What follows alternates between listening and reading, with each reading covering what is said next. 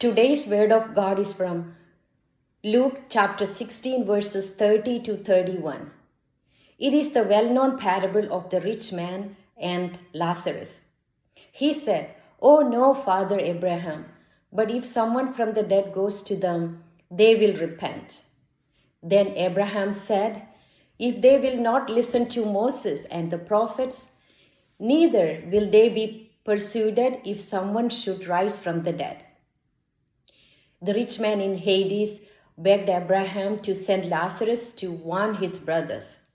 But Abraham replied that if they would not listen to Moses and the prophets, they would not believe even if someone rose from the dead.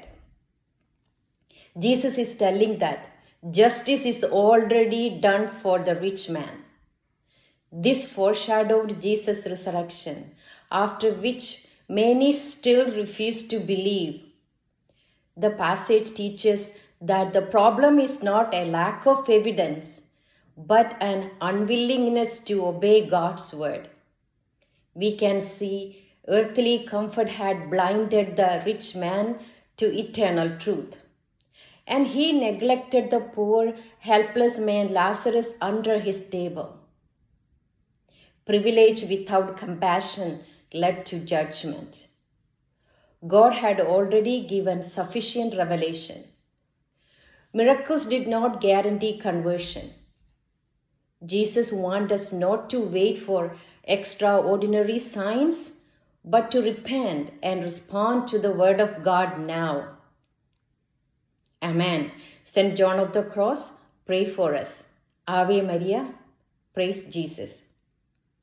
ഇന്നത്തെ വചനവായന വിശുദ്ധ ലൂക്കായുടെ സുവിശേഷം 16-ാം അധ്യായം 30 മുതൽ 31 വരെ.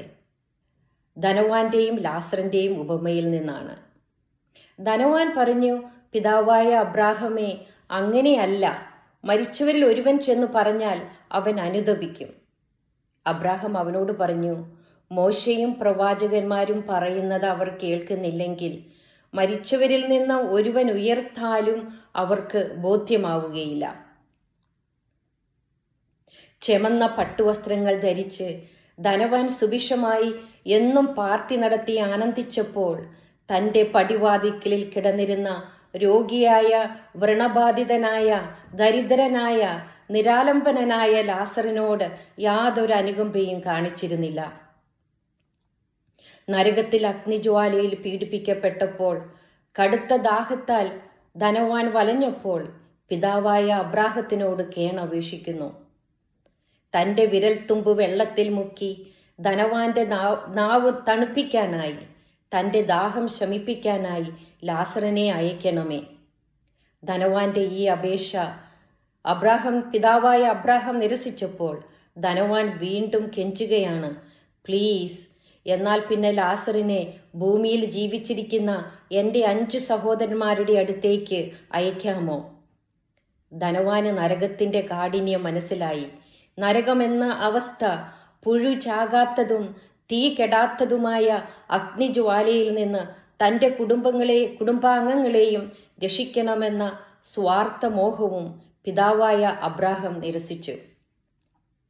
ഈശോ നമ്മോട് ഈ ഉപമയിലൂടെ നമ്മളെ പഠിപ്പിക്കുന്നു, അത്ഭുതങ്ങളുടെയും അടയാളങ്ങളുടെയും പുറകെ പായാതെ നമ്മുടെ കുടുംബത്തിൽ, സമൂഹത്തിൽ വചനം വിശ്വസിച്ച് അത് അനുവർത്തിക്കുന്നവരാകാം. ഇതാണ് സ്വീകാര്യമായ സമയം. നമുക്ക് വചനം മാത്രം കേൾക്കുന്ന ആത്മവഞ്ചകരാകാതെ അത് അനുവർത്തിക്കുന്നവരാകാം. ആമേൻ. Saint John of the Cross, ഞങ്ങൾക്ക് വേണ്ടി പ്രാർത്ഥിക്കണമേ. ആവേ മരിയ, പ്രൈസ് യു ജീസസ്.